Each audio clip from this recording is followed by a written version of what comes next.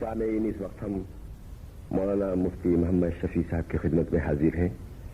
مولانا مفتی محمد شفیع صاحب دارالعلوم کے بانی ہیں اور یہ کسی تعارف کے محتاج نہیں ہیں، بہت بزرگ شخصیت ہیں، عالم دین ہیں، دارالعلوم دیوبند کے فارغ التحصیل ہیں۔ وہیں آپ پیدا ہوئے۔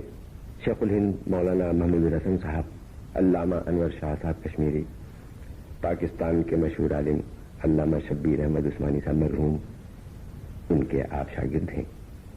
دارالعلوم دیوبند میں فارغ التحصیل ہونے کے بعد وہیں استاد کی حیثیت سے بھی کام کر چکے ہیں۔ آپ تحریک پاکستان میں پیش رہے ہیں۔ آج ہم مفتی صاحب کی خدمت میں حاضر ہیں تاکہ ان کی ملی، قومی اور دینی خدمات کے بارے میں ہم کچھ معلومات حاصل کر سکیں۔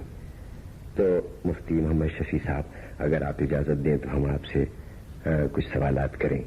بہتر ہے، جو سوال آپ کرنے والے ہیں کر لیں، لیکن میں اپنی شخصیت اور اپنے حالات کو جتنا جانتا ہوں اس کے پیش نظر تو میرا جواب وہ ہے جو میں نے ایک شعر میں بہت عرصہ پہلے کہا ہے، وہ یہ ہے: بگذر زمن کہ حالت زارم ندیدہ بے، بگزار حال من کہ ہمیں نہ شنیدہ بے۔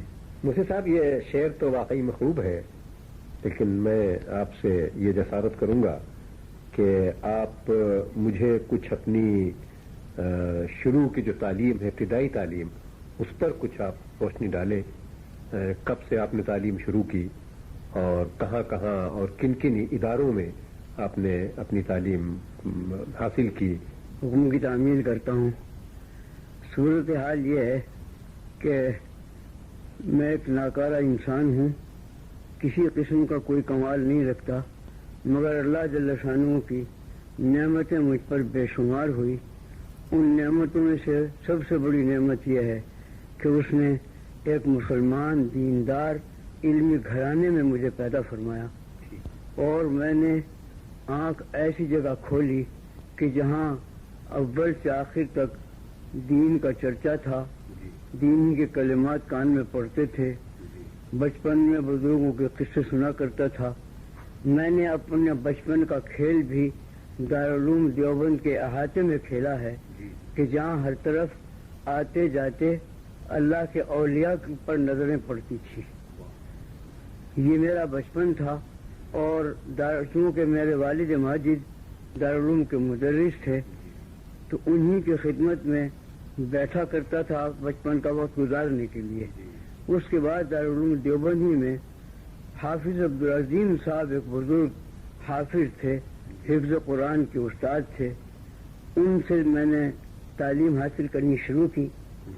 اور مجھے یاد ہے کہ میرے والد ماجد کے پاس ایک خط آیا تھا حضرت گنگوئی رحمۃ اللہ علیہ کا، جس میں حضرت گنگوئی رحمۃ اللہ علیہ نے میرے بارے میں یہ لکھا تھا کہ تولد فرزند سے مسرت ہوئی، نام اس کا محمد شفیع رکھنا۔ اور اس کے بعد پھر ایک خط دوسرا آیا جب میں نے قرآن کی تعلیم شروع کی تو حضرت نے لکھا تھا اس میں کہ میں دعا کرتا ہوں انشاءاللہ اللہ تعالیٰ ان کو علم عطا فرمائے۔ میرے تعلیم کی بنیاد یہاں سے شروع ہوئی، حضرت گنگوئی رحمۃ اللہ علیہ کی دعا اور حضرت حافظ عبدالعظیم صاحب کی خدمت میں رہنے کا اتفاق ہوا۔ یہ فرشتہ صفت بزرگ تھے، تھوڑے دنوں کے بعد ان کی وفات ہو گئی تو دوسرے اساتذہ کے میں سپرد کیا گیا، اور بالآخر قرآن مجید کی تعلیم سے فارغ ہو کر میں پھر اپنے والد ماجد سے فارسی ریاضی کی تعلیم میں مشغول ہو گیا، اور انہی کی خدمت میں رہتے ہوئے درجہ فارسی کی تعلیم کے زمانے میں میں نے ابتدائی عربی کتابیں بھی اپنے والد ماجد سے ہی پڑھی۔ سن 30 ہجری تھا غالباً، جس میں میری عمر تقریباً 14-15 سال کی ہوگی، جس وقت میں نے دارالعلوم دیوبند کے عربی درجے میں ضابطے کا داخلہ لیا۔ تو یہ زمانہ وہ تھا کہ جس وقت حضرت شیخ الہند مولانا محمد الحسن صاحب قدس اللہ سرہ دارالعلوم میں درس بخاری دیا کرتے تھے۔ میں اس باقاعدہ تو ان سے درس حاصل کرنے کے قابل نہیں تھا، بچپن کی ابتدائی میری تعلیم تھی، لیکن یہ معمول تھا تمام مدرسے کا کہ حضرت شیخ الہند رحمۃ اللہ علیہ جو بخاری شریف شروع کراتے تو سب مجمع جمع ہو جاتا تھا اور ختم کرانے پر بھی سب جمع ہوتے تھے۔ اس طرح سے بخاری شریف کی ابتدائی اور آخری حدیثیں میں نے حضرت شیخ الہند رحمۃ اللہ علیہ سے گویا بار بار پڑھی ہیں، ان کے میں شرکت کی ہے۔ اس سے زائد کوئی حضرت شیخ الہند رحمۃ اللہ علیہ سے پڑھنے کا اتفاق نہیں ہوا۔ البتہ بزرگوں کی صحبت چونکہ بچپن سے ملی تھی تو مجھے کبھی بچوں کے عام کھیلوں سے دلچسپی نہیں ہوئی۔ جب مجھے کوئی وقت ملتا میں حضرت شیخ الہند رحمۃ اللہ علیہ کی خدمت میں حاضر ہوا کرتا تھا۔ میرا بچپن کا فارغ وقت اسی میں گزرتا تھا۔ حضرت شیخ الہند رحمۃ اللہ علیہ بھی مجھ پر خاص عنایت فرمایا کرتے تھے۔ یہ وہ زمانہ تھا کہ جب خلافت عثمانی کے سقوط کا زمانہ گویا قریب تھا اور دول یورپ نے متفقہ حملہ اسلامی خلافت پر کیا تھا۔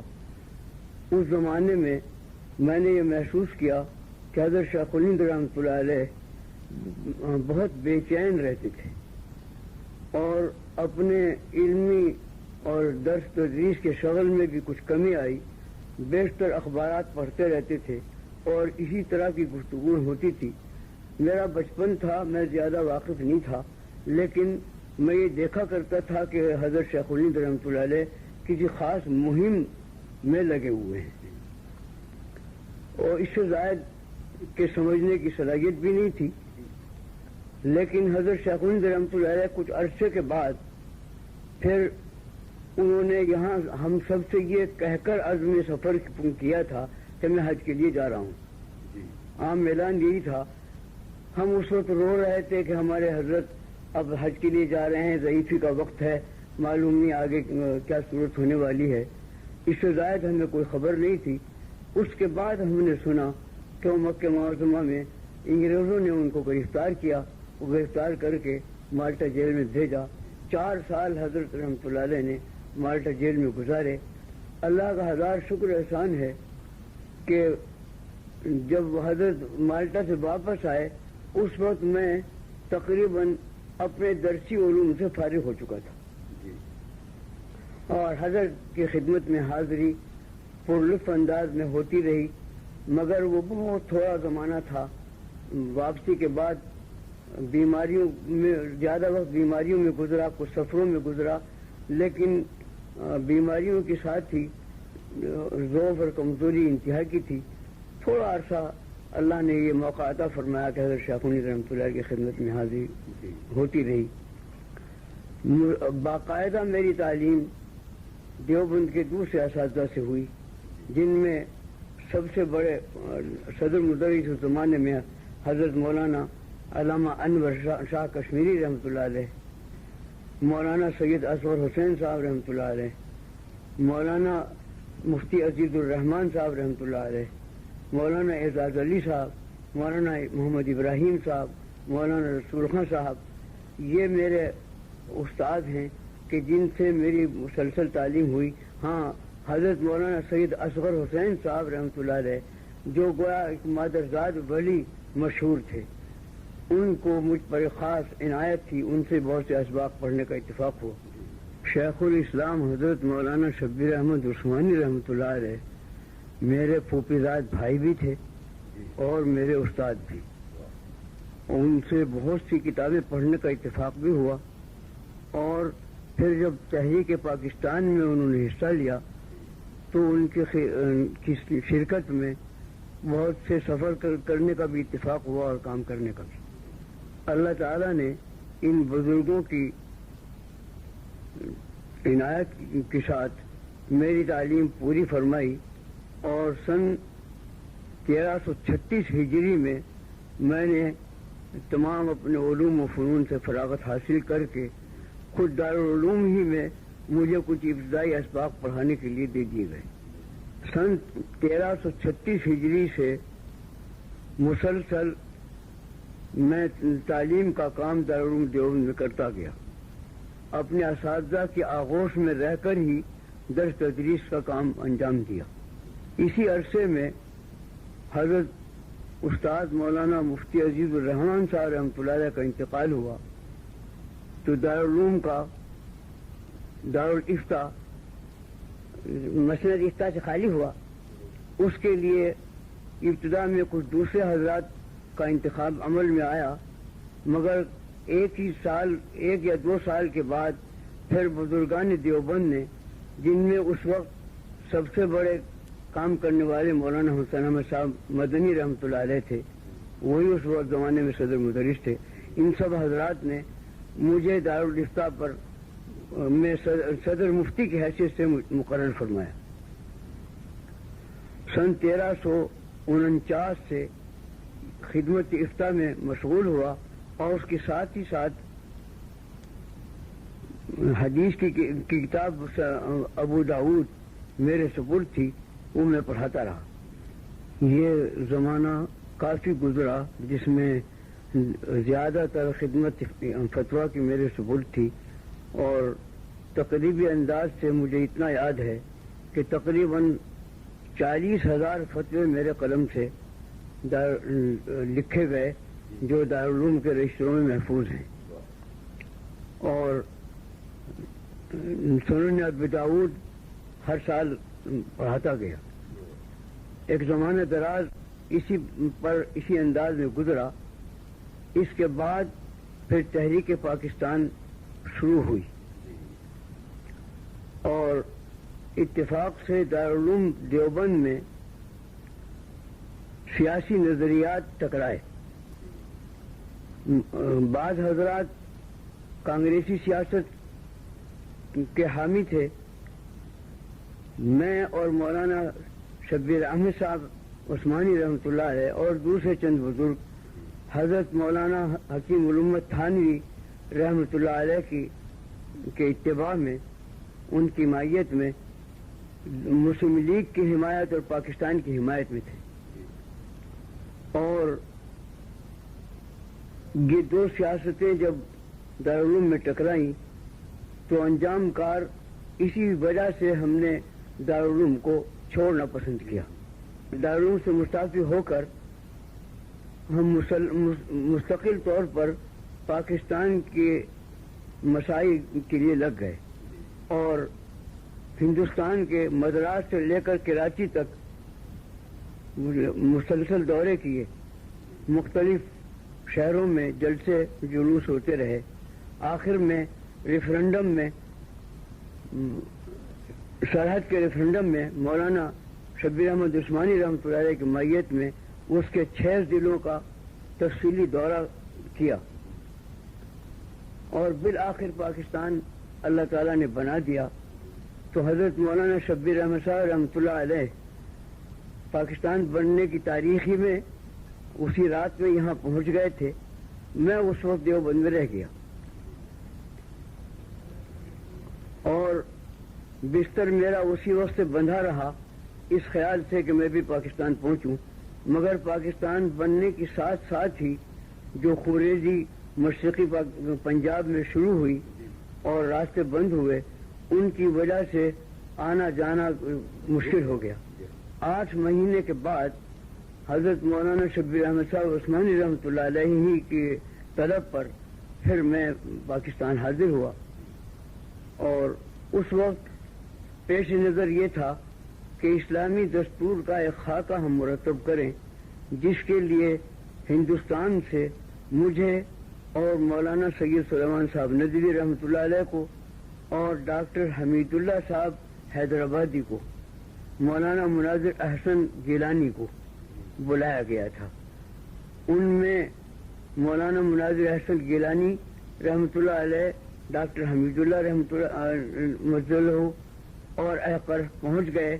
سید سلیمان صاحب رحمۃ اللہ علیہ کچھ بعد میں پہنچے اور بہرحال ہم نے مل کر ایک خاکہ مرتب کیا تھا دستور کا، جس کو ضابطے میں پیش کرنے کا موقع نہیں آیا، یہاں تک کہ غالباً اگست 1949 میں یہاں دستور ساز اسمبلی قائم ہوئی اور اس کے ساتھ اس میں ایک تعلیمات اسلام بورڈ کے نام سے ایک بورڈ قائم ہوا.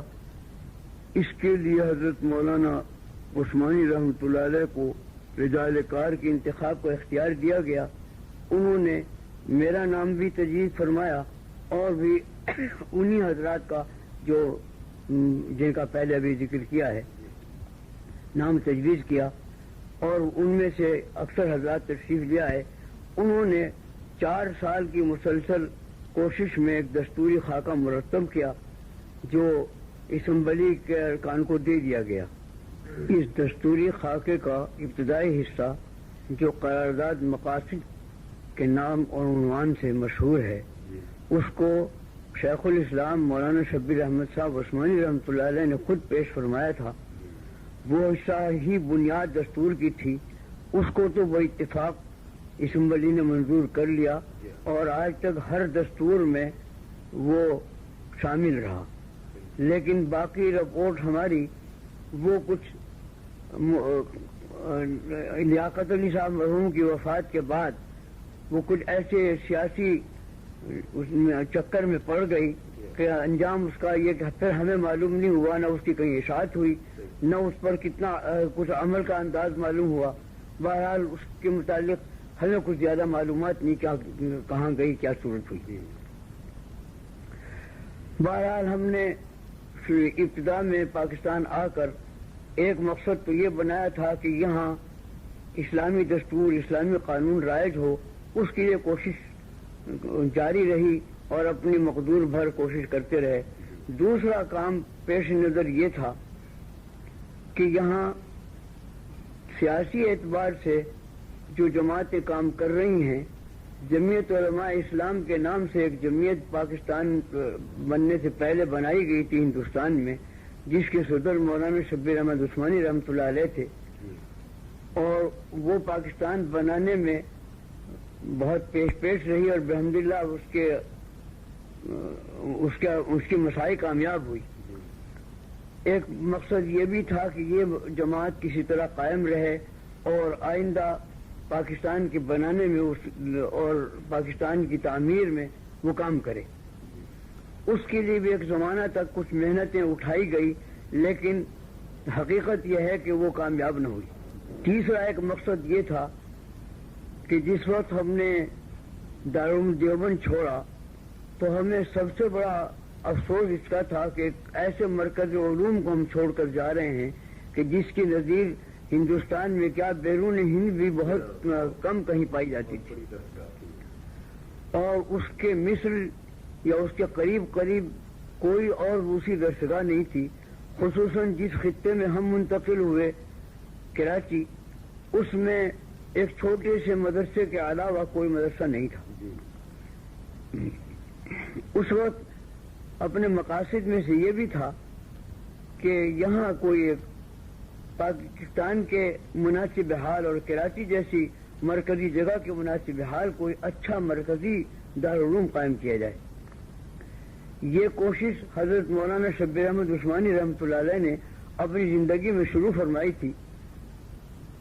میں بھی اس میں حاضر رہتا تھا، لیکن اتفاق وقت یہ ہے کہ مولانا شبیر احمد عثمانی رحمۃ اللہ علیہ کی وفات بہت جلد ہو گئی. کچھ عرصے کے بعد ہی ہم گویا کہ یتیم کی حیثیت سے پاکستان میں رہ گئے. مگر مولانا کی وفات کے بعد یہ خیال اور زیادہ قوی ہوتا گیا کہ ہمیں کوئی مرکزی دارالعلوم یہاں ضرور قائم کر لینا چاہیے. اس سلسلے میں کچھ کوششیں کی گئی اور الحمدللہ وہ کامیاب ہوئی. اللہ کا شکر ہے کہ آج 22 سال ہو چکے ہیں اس دارالعلوم کے قیام کو، اور روز بروز ترقی کر رہا ہے. مفتی صاحب، اس وقت بھی تو آپ اس دارالعلوم کے غالباً صدر ہیں. جی ہاں، اللہ تعالیٰ نے اس بندے کے ہاتھ پر دارالعلوم کی بنیاد رکھوائی، اور دارالعلوم کی پوری ذمہ داری در حقیقت میرے سر ہے. ایک مجلس شورا ہے جس کو پورے اختیارات حاصل ہیں، اس کا بھی صدر میں ہی ہوں. باقی انتظام کرنے والے دوسرے حضرات ہیں جو ناظم کہلاتے ہیں. اچھا مفتی صاحب، آپ غالباً پاکستان بننے کے بعد جب آپ پاکستان منتقل ہو گئے تو اس کے بعد آپ کو کبھی کوئی بیرونی ممالک جانے کا کوئی اتفاق ہوا؟ اللہ کا شکر ہے، حجاز مقدس تو بار بار جانا ہوا حج کے لیے، عمرے کے لیے، اور ایک مرتبہ وہاں رابطہ عالم اسلامی کے اجلاس میں سرکاری طور پر دعوت کے سلسلے میں بھی حاضری ہوئی، اور ایک مرتبہ غالباً سن 56 تھا جس میں دمشق میں ایک معتمر عالم اسلامی کے نام سے علماء کا بہت بڑا اجتماع ہوا تھا، جس میں انڈونیشیا سے لے کر مراکش تک کے علماء جمع تھے۔ اس میں بھی شرکت کا اتفاق ہوا، جس کے اجلاس دمشق میں، پھر اردن میں، پھر بیت المقدس میں، متعدد جگہوں میں ہوئے۔ اسی سلسلے میں بیروت میں بھی کچھ دیر ٹھہرنا پڑا۔ ایک مرتبہ سفر جنوبی افریقہ کا، مشرقی کچھ تھوڑا سا مشرقی افریقہ میں اور زیادہ جنوبی افریقہ میں، تقریباً 1 مہینے کے قریب یہ دورہ تبلیغی انداز کا کرنے کا اتفاق ہوا۔ اچھا مفتی صاحب، یہ جو آپ تبلیغ کرتے ہیں یا وہاں پر ہوئی تبلیغ جنوبی افریقہ میں، تو آپ کے خیال میں کیا کچھ وہ کامیاب ہوئی یا کامیاب ہو سکتی ہے؟ اگر ہم تبلیغ یہاں سے اسلام کی جائے افریقہ میں یا دوسری جگہ، تو وہ آپ کا کیا خیال ہے، کہاں تک ہم اس میں کامیابی حاصل کر سکتے ہیں؟ میرا انداز یہ ہے کہ خصوصیت سے جنوبی افریقہ میں بڑی صلاحیت ہے، اور میں نے یہ محسوس کیا کہ باوجود اس کے کہ وہاں کے حضرات ہماری زبان پوری نہیں سمجھتے تھے، لیکن متاثر بہت ہوتے تھے۔ ان کی زندگیوں میں انقلاب آیا۔ چند روز کے قیام میں بہت سے لوگوں کو میں نے دیکھا کہ جن کی زندگیاں پوری بدل گئی اور بالکل اسلام کے سانچے میں ڈھل گئی۔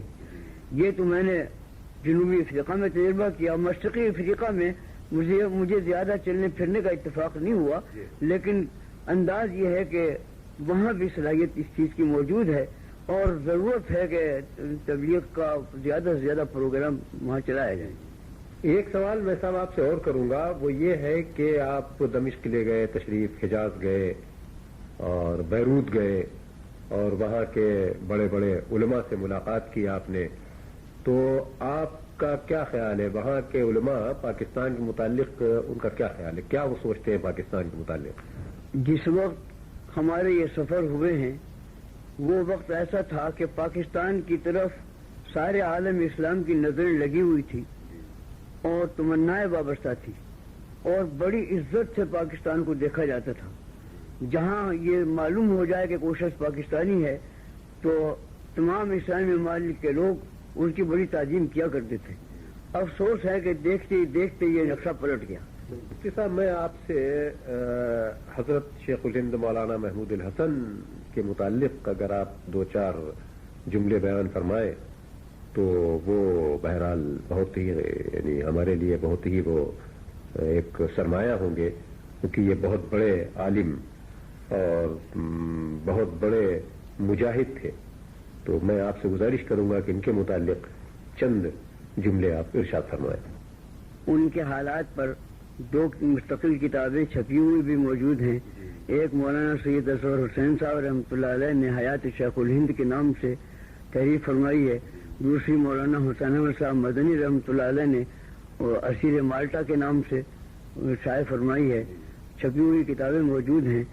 میں اس زمانے میں چونکہ بالکل ابتدائی عمر میں تھا، کچھ زیادہ سمجھنے کے بھی قابل نہیں تھا کہ حضرت شیخ الہند رحمۃ اللہ علیہ کے مسائل کو میں سمجھ سکتا۔ البتہ جیسے آپ نے فرمایا مجاہد، اس کا ایک واقعہ اس وقت یاد آ گیا۔ میں چونکہ چھوٹا بچہ سا تھا اس لیے مجھے روک ٹوک نہیں تھی۔ میں ایک روز دوپہر میں اچانک حضرت رحمۃ اللہ علیہ کے کمرے میں داخل ہو گیا تو میں نے ایک عجیب رنگ دیکھا کہ شیخ الہند رحمۃ اللہ علیہ تنہا اب چارپائی پر بیٹھے ہوئے ہیں اور تلوار ہاتھ میں ہے اور اس کو گھما رہے ہیں۔ مجھے دیکھ کر حضرت کو ہنسی آئی اور میں نے عرض کیا کہ حضرت یہ کیا ہو رہا ہے؟ فرمایا کہ بھائی آج یہ تلوار پرانی رکھی ہوئی تھی، اس کو مانج کر لائے تھے صاف کر کے لائے تھے تو میں نے دیکھا ذرا چلا کر تو دیکھوں، اور اس میں تو بڑی شوقت معلوم ہوتی ہے۔ جب اس کو ہاتھ میں لیتا ہوں تو ایک خاص جذبہ پیدا ہوتا ہے۔ یہ میں نے عالم دیکھا تنہائی میں بیٹھے ہوئے تلوار ہلا رہے ہیں۔ یہ سب وہ زمانہ تھا کہ جب شیخ الہند رحمۃ اللہ علیہ پر جذبہ جہاد کا غالب ہو چکا تھا، اور وہ یہ چاہتے تھے کہ انگریزی اقتدار کو مٹا کر یہاں اسلامی مملکت قائم کی جائے۔ اس سلسلے میں انہوں نے کابل سے لے کر ترکی تک سطح ہموار کر لی تھی۔ خفیہ ان کے آدمی نمائندے کام کرنے والے ترکی میں بھی پہنچے ہوئے تھے، کابل میں بھی پہنچے ہوئے تھے، اور سطح پوری ہموار کر لی تھی۔ اس کی تفصیل میں جانے کا تو وقت نہیں، لیکن اتنی بات خود انگریزوں کے اقرار سے جتنی شائع شدہ کتابوں میں موجود ہے، وہ یہ کہ برن انگریز جب ان کی رپورٹ لینے کے لیے مالٹا جیل میں ملا ہے ان سے، اس کے بعد رپورٹ اس نے دی ہے۔ اس رپورٹ میں یہ کہا ہے کہ مجھے حیرت ہے کہ یہ مستخوان انسان جس نے ساری زندگی مدرسوں کے بوریوں پر گزاری ہے، اس کو یہ عالمی سیاست کا ایسا پلان کیسے ہاتھ آ گیا۔ اور یہ یقین ہے کہ اگر ہمیں ان کی سازش کا علم ابھی نہ ہو جاتا تو ہندوستان ہمارے ہاتھ سے نکل گیا ہوتا۔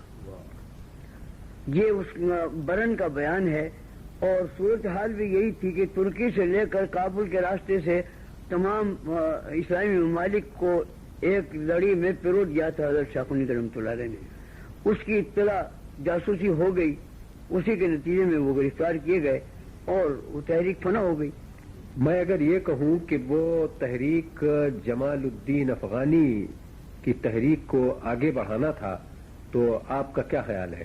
اس میں کوئی شبہ نہیں کہ ان بزرگوں کا کیونکہ سرچشمہ سارا قرآن و سنت ہے، یہ قرآن و سنت کی تحریک ہے اصل، جس کو جمال الدین افغانی نے کبھی اٹھایا، کبھی حضرت شاہ ولی اللہ اور مولانا اسماعیل شہید نے اٹھایا، کبھی حضرت شیخ الہند رحمۃ اللہ علیہ نے اٹھایا، اور اس کے بعد آخر میں حضرت مولانا شبیر احمد عثمانی رحمۃ اللہ علیہ نے قائد اعظم کے ساتھ مل کر اٹھایا۔ مفتی صاحب، آخری سوال میں آپ سے کرتا ہوں، وہ آپ کی تصانیف سے متعلق ہے، تو کیا آپ ہمیں بتائیں گے، کچھ اس پر روشنی ڈالیں گے اپنی تصانیف کے متعلق؟ جی ہاں، میں شروع سے جن اساتذہ کی آغوش میں پلا ہوں ان کو میں نے دیکھا کہ وہ صرف درس تدریس ہی نہیں بلکہ کچھ تصانیف کا سلسلہ بھی رکھتے تھے۔ مجھے بھی کچھ اس کا ذوق پیدا ہوا، اور ابتدائی درس تدریسی کے وقت سے کچھ چھوٹے چھوٹے رسالے لکھنے شروع کیے، اور پھر اس کے بعد وہ سلسلہ کافی بڑھتا گیا۔ اس وقت غالباً 150 سے زائد میری تصانیف ہیں، جس میں سب سے بڑی تصنیف جو ابھی تیار ہوئی ہے وہ ہے تفسیر معارف القرآن، اور اس تفسیر کا ایک عجوبہ یہ ہے کہ اس کی ابتدا تو ہوئی تھی ریڈیو ہی کے درس سے، لیکن ریڈیو پر مسلسل قرآن نہیں تھا بلکہ اس کی منتخب آیات ہوتی تھی۔ اس کے بعد اس کو جب کتابی شکل میں لانے کا ارادہ ہوا تو یہ وہ وقت تھا کہ جب میں بیماری سے بستر پر لیٹا ہوا تھا، اور اس کا افسوس مجھے ہو رہا تھا کہ اوراق جو لکھے ہوئے ہیں موجود یہ یوں ہی ضائع ہو جائیں گے، اگر اس کا جو درمیانی آیتیں ہیں وہ رب پورا کر دیا جاتا تو قابل اشاعت ہو جاتی۔ اسی بیماری کے زمانے میں اللہ نے دل میں ڈالا کہ لیٹے لیٹے کچھ کام شروع کیا جائے، اسی وقت یہ کام شروع ہوا، اور الحمدللہ 5 سال کی مدت میں جو زیادہ بیماریوں ہی کا وقت تھا، اور بیماریوں کے علاوہ ملک میں طرح طرح کے فتنوں کا وقت تھا، انہی حالات میں اللہ تعالیٰ نے اس کی تصنیف پوری کرائی، اور الحمدللہ وہ 8 جلدوں میں چھپ کر تیار ہو گئی۔ اس کے علاوہ اور چھوٹی بڑی بہت سی تصانیف ہوتی رہی ہیں جن کی تفصیل میں جانا مشکل ہے۔ جی بہت بہت شکریہ مفتی صاحب آپ کا، آپ نے ہمیں اپنا وقت دیا اور اس پیری اور بزرگی میں